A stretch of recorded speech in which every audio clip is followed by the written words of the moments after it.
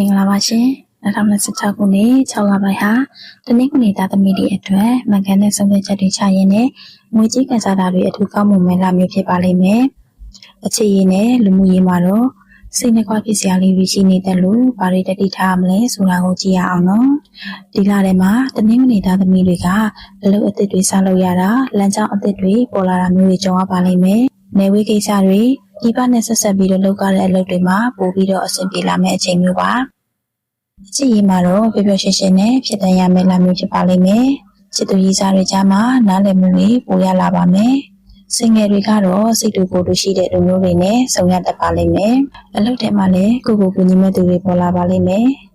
ဒီလထဲမှာကိုယ့်ရဲ့စိတ်ကတော်တော်လေးကိုပြသနေပါလိမ့်မယ်။ဘလို့ပြဿနာတွေပဲလာအေးစစ်စစ်နဲ့အကုန်လုံးကိုအောင်မြင်အောင်ဖြေရှင်းနိုင်မယ့်အခြေမျိုးပါပဲ။ငွေကြေးပိုင်းမှာတော့ဝင်ငွေနဲ့ထွက်ငွေပြည့်မြတ်တတရှိနေပါလိမ့်မယ်။ကိုယ့်ဘက်ကသူများကိုကူညီရတာမျိုးရှိတယ်လို့ကိုယ်အချက်အသေးဖြစ်ရင်လည်းပြန်ကူညီမဲ့သူတွေပေါ်လာတတ်ပါတယ်။ငွေကြေးကိစ္စတွေလည်းအဆင်ပြေမှာပါ။ဒါပေမဲ့လူမှုရေးမှာတော့တတိထားရပါမယ်။ပုံရင်းချင်းကလူတွေနဲ့စကားများတာ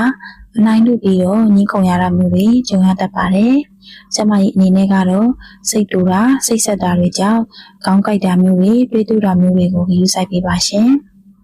တနင်္ဂနွေသားသမီးတွေအတွက်အချင်းချင်းအကြံပြုချက်လေးတွေကတော့စီးပွားရေးမှာဆိုလို့ရှိရင်အလုပ်ကိုင်သစ်တွေအဆက်အသွယ်တွေကြောင့်အဆင်ပြေတယ်မှာမဟုတ်လို့ရရဝုံဝုံနဲ့လုပ်ကိုင်မှာအချစ်ရေးမှာဆိုလို့ရှိရင်နားလည်မှုရှိရှိနဲ့ကြော်ရမှာဖြစ်ပေမဲ့လည်းလူမှုရေးပိုင်းမှာဆိုလို့ရှိရင်တော့အငြင်းပွားစရာလေးတွေရှိတတ်လို့စိတ်အေးထားပေးပါကျမရေးမှာဆိုလို့ရှိရင်ခေါင်းကိုက်တာမျိုးတွေတွေးတူတာမျိုးတွေကိုတတိထားပေးပါရှင်ဆောင်ရအနေနဲ့ကတော့ဒီလထဲမှာကံပွင့်ပြီးတော့အစဉ်ပြေစေဖို့အတွက်အစိမ်းရောင်ဒါမှမဟုတ်အနီရောင်ကိုဆောင်ပေးပါ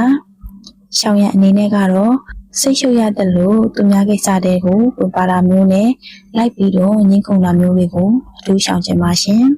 ကံပွင့်စေဖို့အတွက်တနင်္ဂနွေနေ့မနက်ပိုင်းမှာမိမိအိမ်ကဖျားကိုတစ်တီ6မျိုးဒါမှမဟုတ်မုတ်ချိုလေးတွေကတ်လူပြီးတော့လူရဆူတောင်းပေးပါရှင်အညံ့နေပြောင်းစေဖို့အတွက်မိမိတဲ့နမ်းပါတဲ့သူတွေကိုငွေကြေးဖြစ်စေအစားအစာဖြစ်စေတတ်နိုင်သလောက်စွန့်ကြဲဒါနပြုပေးနိုင်ပါတယ်ရှင်။တနင်္ဂနွေသားသမီးများအားလုံးဘေးဝေးရဝေးကွာပြီးတော့စိတ်ချမ်းသာကိုယ်ချမ်းသာနဲ့လူရင်းဆန္ဒတွေပြေဝကြပါစေရှင်။